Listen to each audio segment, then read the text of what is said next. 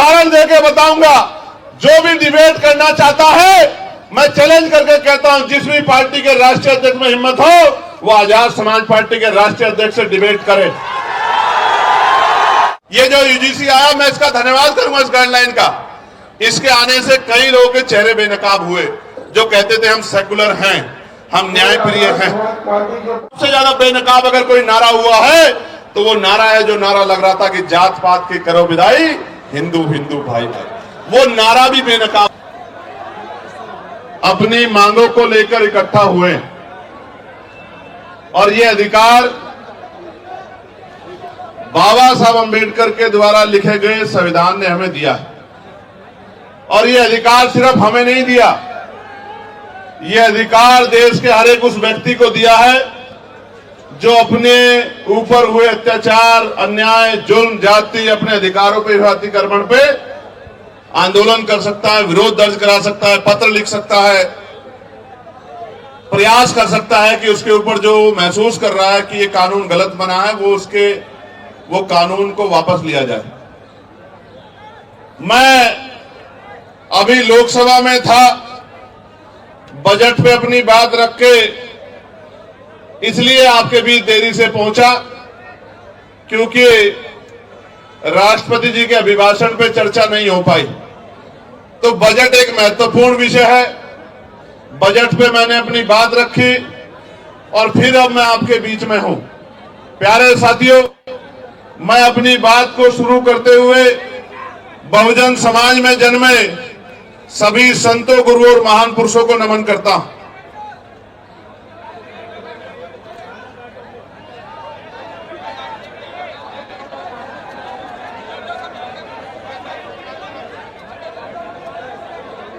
इसलिए नमन करता हूं क्योंकि मैं एक पढ़ा लिखा अधिवक्ता हूं, लोकसभा का सदस्य हूं, इस देश के इतिहास को जानता हूं और इतिहास से प्रेरणा लेकर ही आप अपने भविष्य को मजबूत कर सकते हैं, अपने वर्तमान को अच्छा बना सकते हैं। प्यारे साथियों, मैं सबसे पहले दिल्ली की पूरी टीम का बहुत बहुत धन्यवाद करूंगा कि उन्होंने इस महत्वपूर्ण विषय की गंभीरता को समझा और खुद से आगे बढ़कर निर्णय लिया कि हम यूजीसी के समर्थन में एक आंदोलन बुलाकर देश भर में ये संदेश देने का काम करेंगे कि हम सीना तान के कमजोर वर्गों के साथ खड़े हैं और हम अपने बच्चों की आने वाली जो है हमारी पीढ़ियां हैं उनके ऊपर किसी भी तरह का हमला बर्दाश्त नहीं कर। तो मैं और आप सब लोग दोनों हाथ उठा के दिल्ली की पूरी टीम को धन्यवाद करें कि उन्होंने ये हौसला जुटाया, उन्होंने ये हिम्मत जुटाई, उन्होंने हमें शक्ति दी, उन्होंने वैचारिक मजबूती को समझा और असल में उन्होंने सबसे बड़े इस दुख को समझा कि बहन पायल, भाई रोहित, बहन डेल्टा और तमाम हमारे बेटे बेटियों की जो शहादतें हुई हैं, संस्थानिक हत्या हुई है, आने वाली पीढ़ियों के हिस्से में ये जुल्म जाति ना आए। इसलिए मैं उनकी बड़ी सोच को भी बहुत बहुत धन्यवाद देता हूं। उसके बाद जिन साथियों ने ये मुमकिन कराया कि दिल्ली जैसे स्थान पे एक बड़ा आंदोलन हो, हमारी बात दूर तक जाए, जो जहां जहां से लोग पहुंचे हैं, मैं उन तमाम भाइयों का, बहनों का, बड़े बुजुर्गों का, अपनी पार्टी के बड़े नेताओं का, सबका धन्यवाद करता हूं। और जिनकी वजह से मैं लोकसभा में पहुंचा हूं, मैं उन भीम आर्मी आजाद समाज पार्टी के साथियों का और नगीना लोकसभा के समझदार लोगों का, नगीना लोकसभा बिजनौर जिले के साथियों का बहुत बहुत धन्यवाद करता हूं। प्यारे साथियों, इस आंदोलन की जरूरत क्यों पड़ी? क्योंकि लोकतंत्र में अगर आप अपने ऊपर होने वाले अन्याय के विरोध में आवाज नहीं उठाते तो ये मान लीजिए कि ये आपके ऊपर मुस्तैद कर दिया जाता है, आपके ऊपर थोप दिया जाता है कि आप इस बात को स्वीकार करते हैं। प्यारे साथियों, आप याद करके देखिए, इस देश में हमें कुछ भी मांगने से नहीं मिला। हर चीज के लिए हमारे अपने बीच के लोगों ने, जिनको आज हम महापुरुष के रूप में मानते हैं, उन्होंने संघर्ष किया है, अपना जीवन बलिदान किया है, अपने बच्चों का बलिदान दिया है, उन्होंने अपना सुख चैन त्यागा है, उसके कारण आज इस देश में कमजोर वर्गों के लोगों को हक और अधिकार मिलने का काम हुआ। प्यारे साथियों, मैं आज उदाहरण देके बताऊंगा, जो भी डिबेट करना चाहता है मैं चैलेंज करके कहता हूं, जिस भी पार्टी के राष्ट्रीय अध्यक्ष में हिम्मत हो वो आजाद समाज पार्टी के राष्ट्रीय अध्यक्ष से डिबेट करे, डिबेट करे। मैं सामान्य डिबेट में इसलिए नहीं जाता क्योंकि आजकल चैनलों पे डिबेट का अस्त्र खत्म हो गया है। अपने स्वाभिमान सम्मान की रक्षा स्वयं करनी है, वहां कोई भी आके बैठ जाता है, कुछ भी कहने लग जाता है। हम इतने लोगों का प्रतिनिधित्व करते हैं, इसलिए हमारी जिम्मेदारी है कि हम अपने सम्मान की रक्षा भी स्वयं करें। इसलिए मैं चैलेंज करता हूं कि जिनका भी प्रतिनिधित्व लोकसभा में है, उस पार्टी का कोई भी राष्ट्रीय अध्यक्ष यूजीसी के विषय पे हमसे डिबेट करे, और जो कमजोर वर्गों के विषय पर डिबेट करे, मुसलमानों के विषय पर डिबेट करे, ईसाइयों के विषय पर डिबेट करे, सिखों के विषय पर डिबेट करे, बौद्धिस्टों के विषय पर डिबेट करे, कर्मचारियों के विषय पर डिबेट करे, किसानों के विषय पर डिबेट करे, दलितों पिछड़ों के हक अधिकारों के विषय पर डिबेट करे, तो हम उनको जवाब देके बताएंगे कि हम जमीन से आए हैं, किसी नेता के पोते बेटे पोती बेटी नहीं है। हमें जमीन का पता है कि आज हालात क्या है और लंबे समय से हालात क्या थे। प्यारे साथियों, बड़े गौर से सुनो, नारे तो आप लगा रहे तो बहुत दिनों से, लेकिन खाली नारे से बात नहीं आगे बढ़ेगी। प्यारे साथियों, मैं जानता हूं शिक्षा के दरवाजे किसी और ने नहीं खोले। अगर राष्ट्रपिता ज्योतिबा फूले प्रयास नहीं करते तो आज हमारे तन पे ये कपड़े नहीं आते। अगर शिक्षा में सबसे बड़ा योगदान किसने दिया है तो राष्ट्रपिता ज्योतिबा फूले ने दिया, मां सावित्रीबाई फूले ने दिया, मां फातिमा शेख ने दिया। प्यारे साथियों, इस देश में जिस आरक्षण को रोज बुरा भला कहा जाता है, हालांकि किसी की हैसियत नहीं है बुरा भला कहने की, क्योंकि जब आप ये कहते हैं, जब आप एक उंगली किसी की तरफ उठाते तो 4 उंगली आपकी तरफ भी जाती है, 3 उंगली एक अंगूठे का रुख भी आपकी तरफ होता है, जो आपको ये बताता है कि एक बार अपने गिरबान में भी झांकिए। जो लोग 10% आर्थिक आधार पर आरक्षण लेते हैं, संविधान के विरोध में जो आया है, वो भी आरक्षण पे सवाल खड़ा कर सकते हैं। किस आधार पे, किस आधार पे? जो लोग सदियों से आरक्षण का लाभ लेते आ रहे हैं, तमाम संस्थानों पे काबिज हैं, जिन्होंने कमजोर वर्गों के लोगों को उनकी दुख तकलीफों के बाद, उनके भूखे पेट के बाद, जब उनकी बच्चों को तन ढकने का अधिकार नहीं था, जिन्होंने उनके आंसुओं के बाद भी, जिनके मुंह से एक शब्द भी हाय का भी नहीं निकला कि इनके साथ गलत हो रहा है, वो हमसे सवाल कर रहे हैं। नहीं, आपको कोई अधिकार नहीं सवाल करने का। अगर सवाल करना चाहते हैं तो अपने अंदर पैदा करिए कि आपके अंदर न्याय की क्षमता है, आप न्याय प्रिय हैं, पहले साबित करिए, फिर आके सवाल कीजिए, हम आपके सारे सवालों का जवाब देंगे। प्यारे साथियों, आरक्षण का जाति के आधार पर मिलता है, आरक्षण क्षेत्र के आधार पर भी मिलता है। आप जाके देखो, जम्मू कश्मीर में आरक्षण क्षेत्र के आधार पर मिलता है। आप जाके देखो हिमाचल में आरक्षण क्षेत्र के आधार पर मिलता है। आप जाके देखो उत्तराखंड में आरक्षण क्षेत्र के आधार पर मिलता है। कौन कहता है जाति के आधार पर मिलता है? आरक्षण उनको मिलता है जो पीछे रह गए हैं, जिनका प्रतिनिधित्व कम है। और इस देश का मैं गारंटी से कहता हूं, कास्ट सेंसस करा के आप लोग डेटा उठा के लाइए, आइए डिबेट कीजिए और बताइए आपकी संख्या कम है। मैं गारंटी देता हूं, मैं चंद्रशेखर आजाद जो लोकसभा का सदस्य है और आजाद समाज पार्टी भी मानवीय कार्यकर्ता, मैं वचन देकर कहता हूं, अगर किसी विभाग में आपका आरक्षण कम हुआ, चाहे वो विधानसभा हो या लोकसभा हो या कोई भी विभाग हो, अगर आपका आरक्षण, आपका प्रतिनिधित्व कम हुआ, मैं वचन देकर कहता हूं कि दलित पिछड़ों की लड़ाई को पीछे छोड़ के पहले आपकी लड़ाई लड़ने का काम करेंगे। इस बात का मैं आपको विश्वास दिलाता हूं। मैं संविधान को मानने वाला व्यक्ति हूं, न्याय प्रिय व्यक्ति हूं, इसलिए आपसे कह रहा हूं। तो मगर सच का सामना तो करना ही पड़ेगा।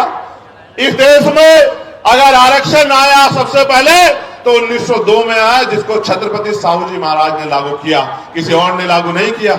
कुर्मी वंश के छत्रपति साहू जी महाराज ने लागू किया, उससे पहले तमाम न्यायप्रिय लोगों पे था अवसर, उन्होंने लागू नहीं।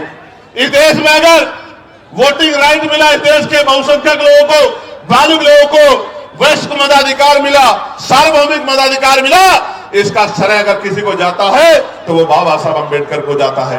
आपको इतिहास पढ़ना चाहिए। 1919 से पहले इस देश में बहुत कम % लोग वोट करते थे। मॉन्टेगो चेम्सफोर्ड सुधार समिति बनी और सुधार समिति ने नए पैमाने तय किए कि वोट देने का अधिकार उनको मिले जो जमींदार हैं, जो भूमि जिनके पास बड़ी संख्या में है, जो लगान देते हैं, जो टैक्स देते हैं, जो बहुत पढ़े लिखे हैं, जो पूंजीपति हैं, जिन पे व्यापार है। आप इतिहास उठा के देखो, जिन्होंने आंख ही या जिनको अपने अधिकारों का पता ही संविधान के आने के बाद लगा है, उनकी संख्या कितनी रही होगी, आप इस बात को महसूस करके देखो।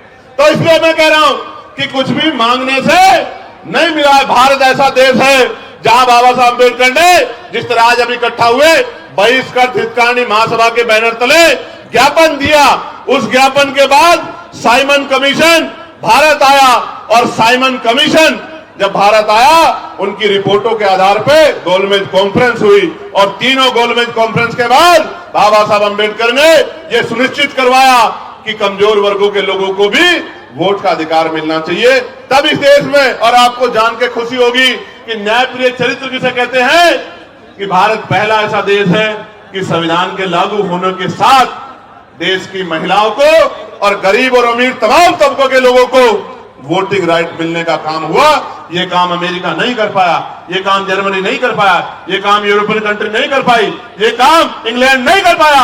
यह काम अगर किसने किया कि महिलाओं को बराबर का अधिकार मिले, तो यह भारतीय संविधान में बाबा साहब अम्बेडकर ने किया। हिंदू कोड बिल पे इस्तीफा दिया जब महिलाओं को उनके अधिकार नहीं दिला पाए, पिछड़ों को उनके अधिकार नहीं दिला पाए। इसलिए हम तो लंबे समय से उपेक्षाओं से लड़ रहे हैं। मैं बात आपको क्यों बता रहा हूं, जब हम चारों तरफ देखते हैं तो मामना रामसु वर्मा दिखाई देते हैं, संत राम पी प्रजापति दिखाई देते हैं, मान्यवर काशी राम साहब दिखाई देते हैं, मान्यवर दीना भाना वाल्मीकि साहब दिखाई देते हैं। जब हम चारों तरफ देखते हैं, संत गाड़गे जी महाराज दिखाई देते हैं, नारायणा गुरु दिखाई देते हैं। जब हम चारों तरफ देखते हैं, बाबू सिंहदयाल चौरसिया दिखाई देते हैं, परमानंद लोधी जी दिखाई देते हैं, अवंतिका बाई लोधी जी दिखाई देती हैं, झलकारी बाई दिखाई देती है, तमाम हमारे महापुरुष और वीरांगनाएं दिखाई देती हैं। ये सब कौन है? इन्होंने हमारी बस्ती में जन्म नहीं लिया, इन्होंने हमारे जिले में जन्म नहीं लिया, इन्होंने हमारे प्रदेश में जन्म नहीं लिया, मगर हम अपने मां बाप से ज्यादा इनका सम्मान करते हैं और इनके सम्मान पे खून की बूंद बूंद लगा सकते हैं। उसका कारण क्या है आप जानिए।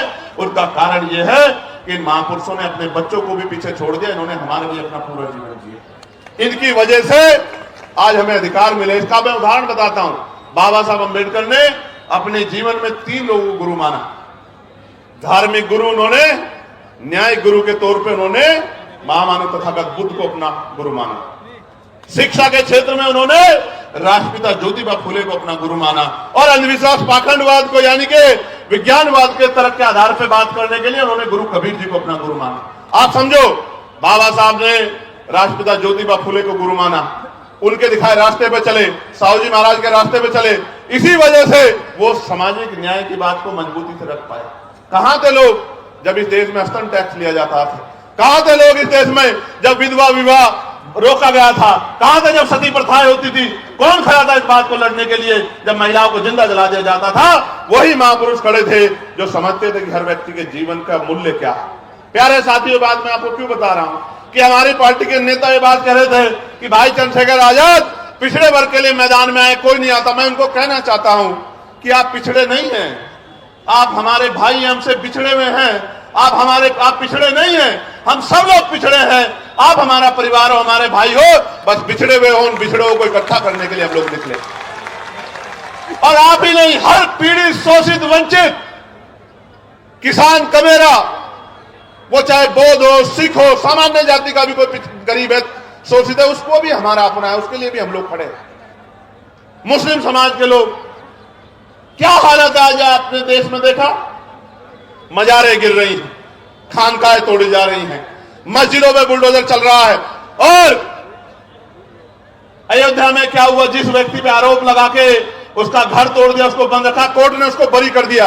अगर हिम्मत है तो मुख्यमंत्री माफी मांगे अपनी बात के लिए, जो बात उन्होंने असेंबली में खड़े होकर कही थी कि इस धर्म के लोग गुंडागर्दी करते हैं। मैं आपको खुद बताना चाहता हूं कि सब लोग पीड़ित हैं, सब लोग पिस रहे हैं। अभी एक नौजवान साथी मुझसे मिला, मुझसे कहने लगा भैया हमारा विषय उठाना। मैं ये पूछना चाहता हूं, सरकार न्यायप्रिय है तो आप मुझे बताओ, 2025 जुलाई में सरकार ने जवाब दिया कि सेंट्रल यूनिवर्सिटियों में पिछड़े वर्ग के professor, assistant professor, associate professor की 80% रिक्तियां है। कितने परसेंट? 80% रिक्तियां। आदिवासी समाज की 83% रिक्तियां। और शेड्यूल कास्ट की अनुसूचित जाति की 65% रिक्ति। आप मैं पूछना चाहता हूं, कोई भी डिपार्टमेंट तभी तो चलेगा जब उसको चलाने वाले लोग होंगे। जिस डिपार्टमेंट में, जिस विभाग में 80% पद खाली पड़े हैं, वहां कौन हमारी पीड़ा को सुन रहा है? जब हमारा आदमी वहां है ही नहीं तो हमें न्याय वहां कहां से मिल सकता है? 45 सेंट्रल यूनिवर्सिटियों में 38 जो है, जो वाइस चांसलर है, कुलपति है, वो सामान्य जाति के हैं। हमारा विरोध ये नहीं है कि सामान्य जाति के हैं, हमारा विरोध ये है कि 45 में से 38 कितने परसेंट बैठता है कि SC ST OBC के लोगों में काबिलियत नहीं है? किस आधार पे आप ये बात कहना चाहते हो? एक SC का, एक ST का, 5 OBC समाज के जिनकी संख्या 52%, उनको 12% भी नहीं मिल रहा, इसलिए आंदोलन करना पड़ता है, इसलिए यहां आना पड़ता है। हम तो जानते हैं, मैं आपको इस मंच से कह रहा हूं, फिर कह रहा हूं, याद करो फूले साहब को, याद करो साहू जी महाराज को, याद करो पेरियार को, याद करो रामसु वर्मा जी को, याद करो बाबू जगदेव प्रसाद कुशवाहा जी को, याद करो जननायक कपूरी ठाकुर जी को, याद करो परमानंद लोधी जी को, याद करो संत राम BA प्रजापति जी को, याद करो शिवदराज चौरसिया जी को, याद करो।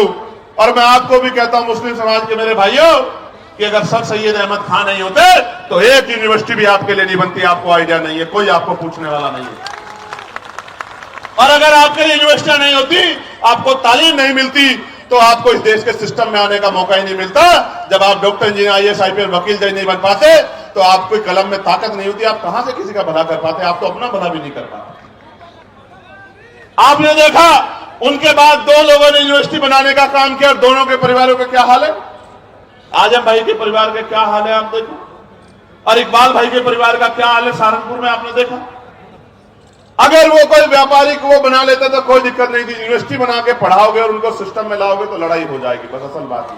मैं आपको ये बता रहा हूं मेरे प्यारे साथियों, प्रदेश का, देश का कोई डिपार्टमेंट उठा के देख लो, अगर आप बैकलॉग ढूंढोगे तो मैं लिख के देता हूं कि अगर बैकलॉग भरा जाए तो आज ही 5, 7, 10 lakh schedule caste, schedule tribe, backlog, backward के लोगों को नौकरी, सरकारी पक्की नौकरी मिलने का काम होगा। लेकिन इन सरकारों ने क्या कर रखा है? इन्होंने ठेके सुविधा पे अपने लोग रख रखे, कम पैसे में लोग रख रखे, जो लोग रख रखे उनको पूरा पैसा नहीं मिलता, कॉन्ट्रेक्चुअल जॉब दे रखी है, क्योंकि आरक्षण ना देना पड़े SC ST OBC के लोगों को। इसलिए मैं आपको कहना चाहता हूं, ये जो UGC आया, मैं इसका धन्यवाद करूंगा इस गाइडलाइन का। इसके आने से कई लोगों के चेहरे बेनकाब हुए, जो कहते थे हम सेकुलर हैं, हम न्यायप्रिय हैं।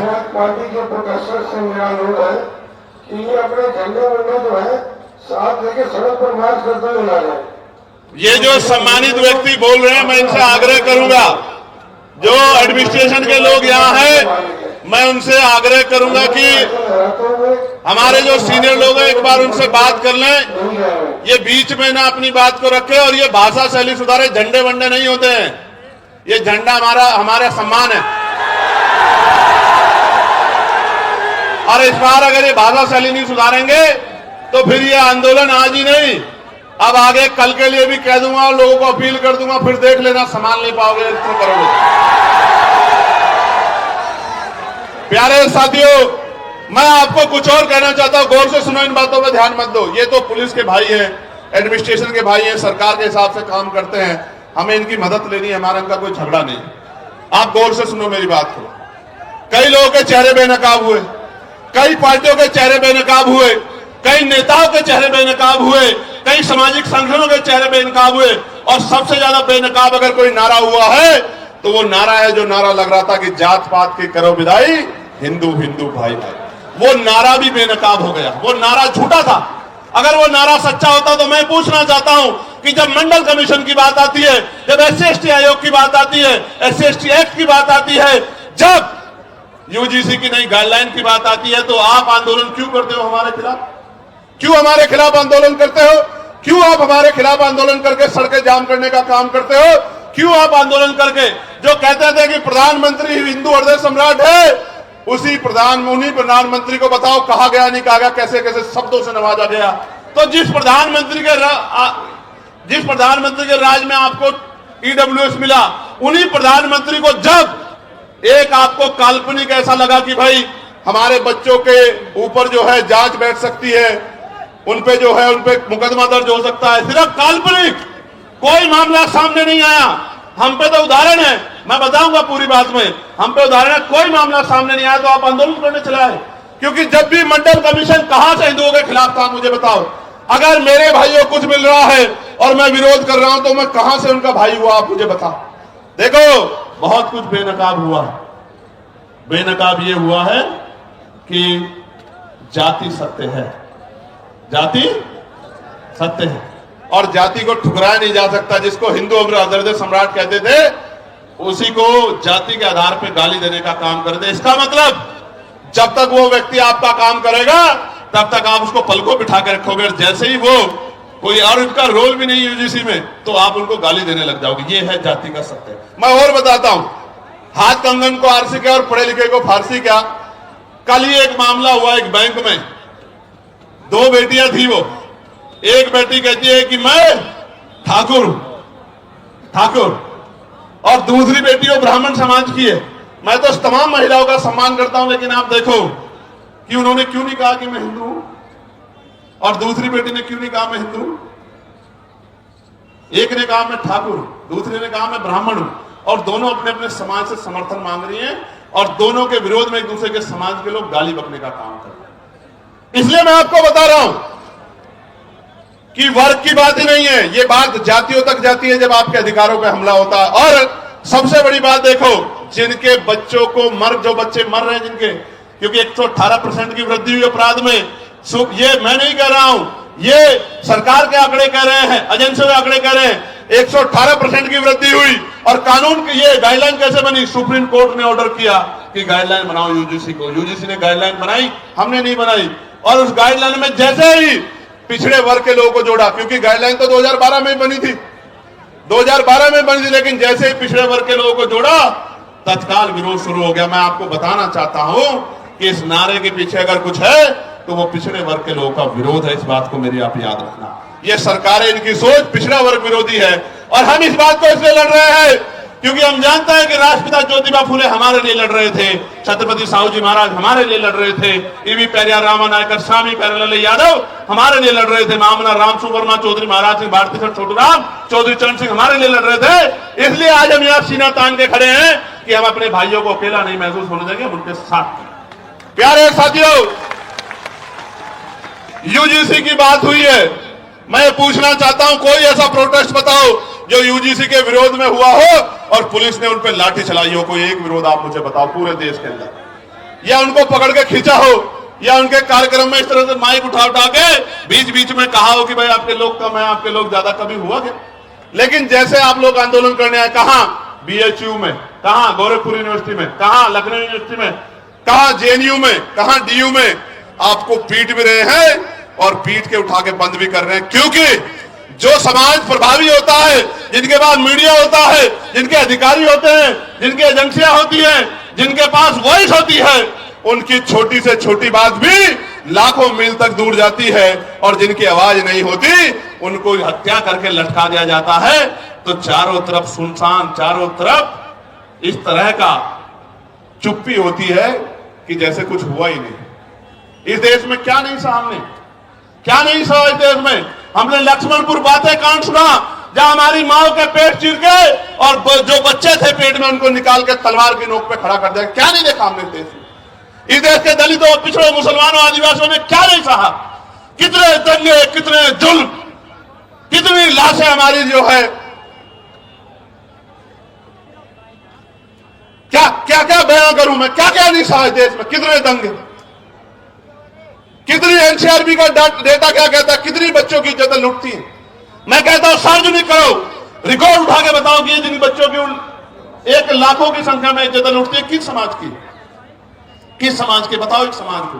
क्योंकि ये समाज सोया हुआ है, इनको नहीं पता कि रोज इनकी बच्चियों को, बेटियों को कहीं ना कहीं प्रदेश में, देश में जुल्म जाति का शिकार होना पड़ रहा है। और जब न्याय मांगने जाते हैं तो लाठियों से स्वागत होता है, अपमानित गालियां दी जाती है। इसलिए मैं कह रहा हूं कि ये नारा तार्किक नहीं है, जो नारा लगा के आपको लंबे समय से बेवकूफ बनाया जा रहा है। ये नारा तार्किक होता तो मैं गारंटी देता हूं कि यूजीसी गाइडलाइन के खिलाफ कोई आदमी सड़क पे नहीं आता। वो कहता कि यूजीसी गाइडलाइन, अच्छा डर कौन, डरेगा कौन? कानून कितने देश में? 302 है, 304 है, 308 है, 307 है, कितने कानून है? इतने कानून बने हुए हैं, हर कानून का दुरुपयोग हो सकता है। कोई दुरुपयोग का एक तो मामला आता 2012 से SC/ST के उसमें गाइडलाइन बनी हुई है। आप पे 10 मामले हैं जो आपके खिलाफ फर्जी दर्ज हो गए हो। कुछ तो होगा आपके पास जिसके आधार पे आप कह रहे हो, लेकिन कोई तथ्य नहीं है। एक ही तथ्य है कि हमें अपराधी मान ले। हम कहां अपराधी मान रहे हैं भाई? हम कौन है अपराधी मानने वाले? कन्वेंशन रेट कहता है कोर्टों का। हम तो किसी को सवाल नहीं करते कि जब हायर जुडिशरी में, हाई कोर्ट में और सुप्रीम कोर्ट में हमारा रिप्रेजेंटेशन नहीं होता, हम तो तब भी सवाल नहीं करते। हम जैसा गूंगा बहरा कौन लोग होगा? बताओ कौन होगा? कौन होगा? हमसे ज्यादा सीधा सच्चा व्यक्ति तो इस देश में कोई भी नहीं होगा जो जुल्म भी सहता है और चुप भी रहता है। जानवर भी अपने हक के लिए लड़ते हैं, हम लोग तो अपने हक के लिए भी लड़ पाते हैं। हमसे ज्यादा सीधा भोला कौन होगा? और इसी भोलेपन का फायदा लंबे समय से उठाया जा रहा है। प्यारे साथियों, इसका एक उदाहरण बताता हूं कि क्यों लड़ना पड़ता है। मध्य प्रदेश में 90 के बाद, जब मंडल कमीशन के बाद आरक्षण लागू हो गया पिछड़े वर्ग के लोगों को, तो आज भी वो भैया खड़ा है। 13% आरक्षण वहां जो संवैधानिक 27% मिला है, उसमें से भी 13% मिलता है। वो रोज आंदोलन करते हैं। यही सुप्रीम कोर्ट उस मामले को, फाइल को नीचे दबा के रखता है। क्यों नहीं सुनता? जब आपने एक दिन पहले PIL दाखिल हुई और अगले दिन सुनवाई कर ली, तो हमें पीड़ा होती है कि जब 69,000 शिक्षक भर्ती का मामला उत्तर प्रदेश का सालों भर पड़ा रहता है कोर्ट में, जब 27% रिजर्वेशन का मामला सालों पड़ा रहता है और आप कभी सुनवाई नहीं करते हो। मेरे आज भी याद है जब डिमोशन हुए थे उत्तर प्रदेश में, एक पूर्व की सरकार थी, जब उनके निगरानी में डिमोशन हुए थे, इसी सुप्रीम कोर्ट ने कहा था कि पहले डिमोशन कराओ, उसके बाद हम सुनेंगे। मैं पूछना चाहता हूं, जब हमारे हकों की बात आती है तो क्यों चुप्पी थाम लेते हो आप? हम तो उम्मीद लगा के बैठे हो कि आप न्याय के देवता हो, आप न्याय की मूर्ति हो, आप न्याय करोगे। क्या ऐसा गाइडलाइन में जिसमें गाइडलाइन ना पड़ी हो? मुझे बताओ, क्या उसमें आर्थिक रूप से कमजोर वर्गों को उद्देशिका में नहीं जोड़ा गया? आर्थिक रूप से कमजोर वर्ग EWS में सारे सामान्य जाति के बच्चे, तो कैसे सामान्य जाति के खिलाफ हो गया? इसमें महिलाओं को जोड़ा गया है, इसमें दिव्यांगजनों को जोड़ा गया है, कैसे किसी के खिलाफ